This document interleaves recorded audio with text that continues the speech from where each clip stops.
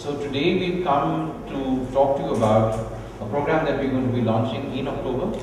Bengaluru is going to be the epicenter of this process. So I'll just quickly take you through this program. It's called the Program for Working Professionals in Urban Development. You can educate younger people through a master's and a PhD program. They will take a number of years to come out of an educational institution. But what do you do with your cities on an everyday basis? Even though we have many specialists doing many things, the ability to bring all of those things together is missing in most of our cities. So this program is actually for the first time going to take professionals who are trained in various areas and enable them to try and understand how the city functions as a whole and how to address it. Some of the largest cities in the world are going to be in India over the next 20 or 30 years. Just a quick picture of that. That's India in 1951. You can see how the urban population is starting to change. That's 71, that's 1991. That's 2011, the current census.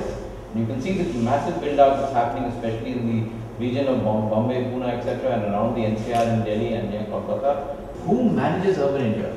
If you look at the numbers that are there, the top management is less than 20,000 people, and very few of them are educated in actually working on urban questions. This is what we call the Program for Working Professionals. It's India's first interdisciplinary, practice-based program for working professionals. What's different in the PWP-UD? I guess the important thing is we're going to bring together globally relevant knowledge, which is deeply rooted in Indian practice and innovation.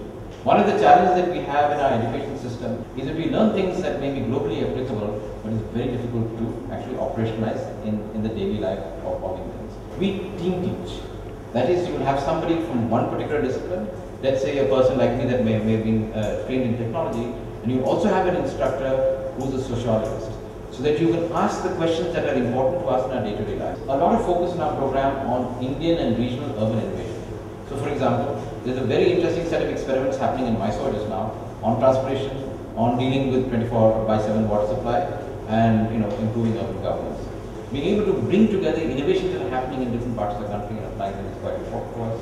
This is a program that's open to people from the outside. And why is that so? Because we believe what we're going to translate and create is the best that can happen to anybody in the world.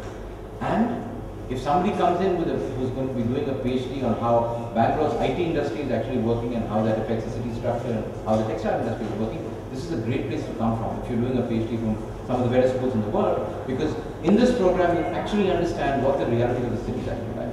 The urban issues are becoming more and more important in our policy formulation, in our public debates, and more relevant to a large section of the Indian population. One of the things that we need in order to prepare for this is individuals with adequate capacity to deal with these issues. We really want people who have that ability to take a problem solving, show us that there's somebody who will go into it and stick with it. How many students are you taking in all, and is there a ratio or something? We're looking at maybe something of the order of about 60 or so, and we want to have a good mix to start with. My point is a person who is already to work, who is working for 2 to 3 years. Why would you pay 2.9 lakhs to come to your organization?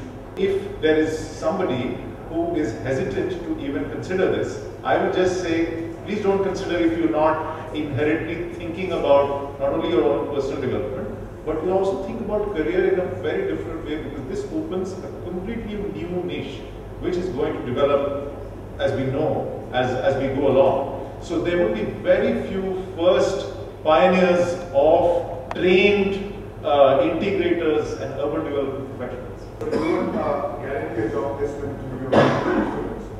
We will give them the opportunity to find something. We are looking for people who are going to be leaders. In fact, the issue for them is what opportunities they're going to be choosing from, rather than our saying, I'm going to give you a job at the end of the day. What do you say, even out the variables across the world, the academics and whatever? Yeah, so given the diversity of application materials we're looking for instance, one of the things we think makes it quite different is we want people to tell us what they think is a way they would solve a particular urban challenge. We don't expect them to have a sanitation engineering degree or a transport planning degree to do this. But all of us, all of you, for instance, have come to this meet today after worrying about your water supply this morning, about getting stuck in traffic, all the rest of it. Every person has experienced that.